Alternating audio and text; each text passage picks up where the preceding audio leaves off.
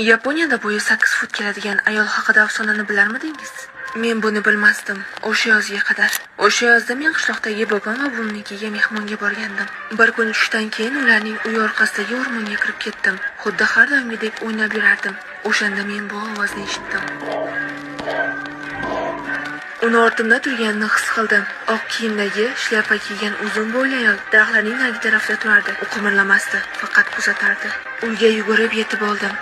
Bobom va buvim darhol hamma eshiklarni qulflashdi va derazalarni yopishdi.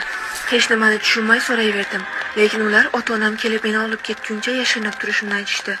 O'sha tun eshikni kimdir taqillata boshladi. So'ng buvimning ovozini eshitdim. U darchadan sekingina ismimni aytib, eshikni ochishimni so'rardi. Lekin uning ovozida nimadir noto'g'ridek.